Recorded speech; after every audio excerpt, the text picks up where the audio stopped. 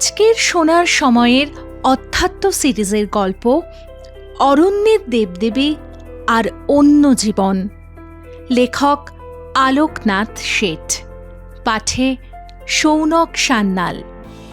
দক্ষিণ রায় বা বাড়া ঠাকুর হলেন বাঘ, মোম মধুর দেবতা। তার আবির্ভাব মধ্যযুগে।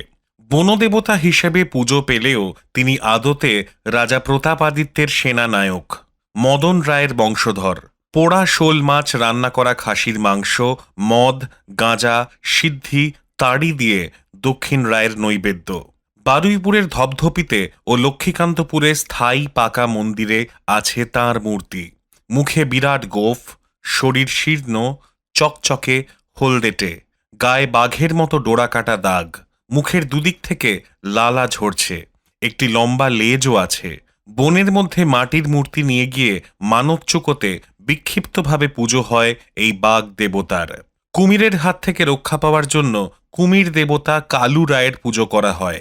তার পোশাক পৌরাণিক যুদ্ধ দেবতার মতো, দুই হাতে টাঙ্গি ও ঢাল, কোমরবন্ধে নানা অস্ত্র ঝোলানো, পিঠে তীর ধনুক। আরণ্যক দেবতার প্রাচীন পুজো পদ্ধতি মেনে কালু রায়ের পুজোয় বনঝাউ ফুলের নৈবেদ্য দেওয়া হয়। বিবিমা খুব সহজ সরল ও অনাড়ম্বরভাবে স্থান পেয়েছেন সুন্দরবনের ঘরে ঘরে, কিন্তু তিনি কোনো একমাত্র একক ব্যক্তিত্ব নন। বিবিমায়েদের মধ্যে ওলা বিবিমা সর্বজ্যেষ্ঠ।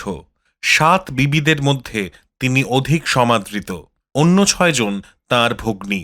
ওলা উঠা রোগের অধিষ্ঠাত্রী বিবি হিসেবে তিনি সর্বজন পরিচিত। অন্য 6 বোন হলেন ঝোলা বিবি, আজগই বিবি, চাঁদ বিবি, বাহড় বিবি, ঝেঁটুনে বিবি ও আসান বিবি। মতান্তরে আর একজন আছেন, তার নাম মড়ি বিবি। মাটির স্তূপের প্রতীকে এবং মাটির প্রতিমা মূর্তিতে সর্বত্র এরা পূজিত হন। মাছের দেবতা মাকাল ঠাকুর সুন্দরবনের জেলে সম্প্রদায়ের উপাস্য দেবতা। তাঁর মূর্তি মানব প্রতিম নয়, বরং ছোট একটি বা একসঙ্গে 2টি স্তূপের মতো। এই স্তূপটি মাটির তৈরি ওল্টানো গ্লাস বা কতকটা টোপরের মতো দেখতে। মাকাল ঠাকুরের পূজার কোনো নির্দিষ্ট স্থান নেই।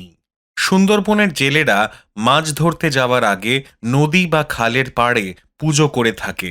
পুজোর জায়গা পরিষ্কার করে নিয়ে মাটি দিয়ে বেদি তৈরি করে তাতে মূর্তি বসানো হয়।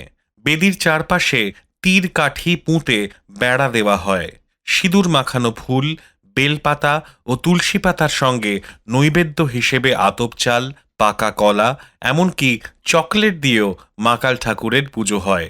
ভক্তদের বিশ্বাস, ঠাকুর সন্তুষ্ট হলে প্রচুর মাছ পাওয়া যাবে। আছেন মা রায়মণিও। বনের কাঠ, মোম, মধুর অধিকারী হিসেবে তাঁকে ধরা হয়। আর অন্যদিকে আটেশ্বর হলেন জঙ্গল সংলগ্ন গ্রামের মানুষ ও গৃহপালিত পশুদের রক্ষক। বিভিন্ন স্থানে তাঁর মূর্তি পূজার চল আছে। আছেন জরাসুরও। জ্বর হলে তার থানে হত্যে দেওয়াই রেওয়াজ।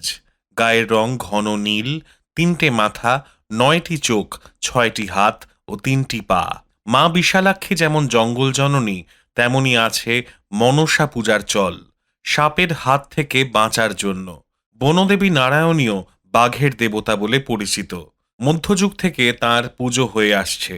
লোকালয়ের আশপাশে বনবাদারে বনদেবী নারায়ণীর থান রয়েছে। বেশিরভাগই মাটির দেওয়াল, খড় অথবা টালির ছাউনি দেওয়া ঘর। পাঁচু ঠাকুরের কাজ শিশু সন্তানকে দেখাশোনা করা, রক্ষা করা। সন্তান হারানোর ভয়ের কারণেই তিনি জনপ্রিয়, পূজিত।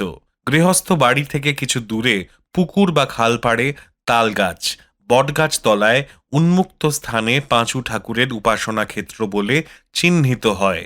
কোথাও গ্রামের বাইরে মাটির ছোট্ট ঘরে পাঁচু ঠাকুর, স্ত্রী পেঁচি ঠাকুরানী পূজিত হন।